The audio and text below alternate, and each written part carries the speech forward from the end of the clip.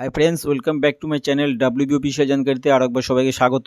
তো বন্ধুরা, যেসব বন্ধুরা এমপ্লয়মেন্ট ব্যাংকের থেকে 1500 টাকা মাসিক ভাতা পাচ্ছ, বা যেসব বন্ধুদের মোবাইল নাম্বার রেজিস্টার করা ছিল কোনো কারণে সেই মোবাইল নাম্বারটা হারিয়ে গিয়েছিল, তাদের জন্য আজকের এই ভিডিওটি খুবই হেল্পফুল হতে চলেছে। তো বন্ধুরা, আজকে আমরা লাইভ দেখাবো সেই নোটিশে কি বলা আছে এবং কি কি ডকুমেন্টস সঙ্গে রাখতে হবে। তো সর্বপ্রথম আমরা মোবাইলের গুগল ব্রাউজারটি ওপেন করে নেব। এখানে আমরা লিখব এমপ্লয়মেন্ট ব্যাংক। তোমরা দেখতে পাচ্ছ এখানে আমি এমপ্লয়মেন্ট ব্যাংক আগে সার্চ করে গেছিলাম। তো এখানে আমরা ক্লিক করে এই যে এমপ্লয়মেন্ট ব্যাংক wb.gov.in এই ওয়েবসাইটে কিন্তু আমরা চলে এসেছি। এখানে আমরা ক্লিক করে নেব। ক্লিক করার পরে আমার যে এমপ্লয়মেন্ট ব্যাংকের যে অফিসিয়াল ওয়েবসাইট সেটা কিন্তু শো করছে।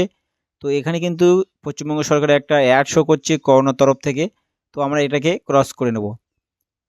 ক্রস করার পরে আমরা একটু পেজটিকে স্ক্রল করে নিচে চলে আসব।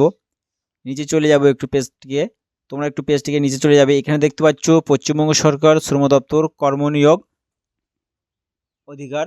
এখানে বোঝা যাচ্ছে বিশেষ বিজ্ঞপ্তি। তোমাদেরকে একটু জুম করে দেখিয়ে দেবো, যেহেতু এটা লাইভ একটা নোটিফিকেশান তাদের ওয়েবসাইটে শো করছে।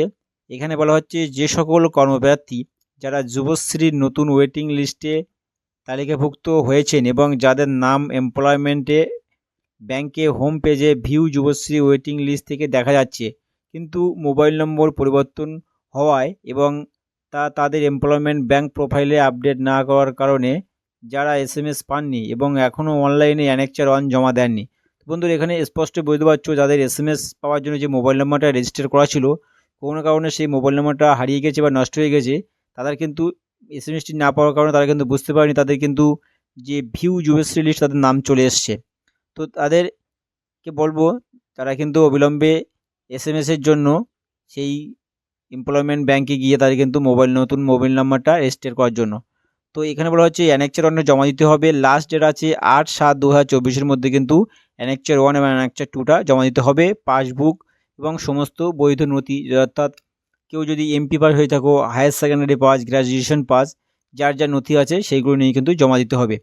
তো এই নোটিশটা কিন্তু সবার জন্যই প্রযোজ্য। যাদের SMS-এ মোবাইল নাম্বারে SMS আসছে না বা কোনো কারণে নাম্বার পরিবর্তন করার প্রয়োজন, তারাও কিন্তু এটা করতে পারবে এবং যাদের ভিউ যুবশ্রীর লিস্ট আছে তারাও কিন্তু করতে পারবে।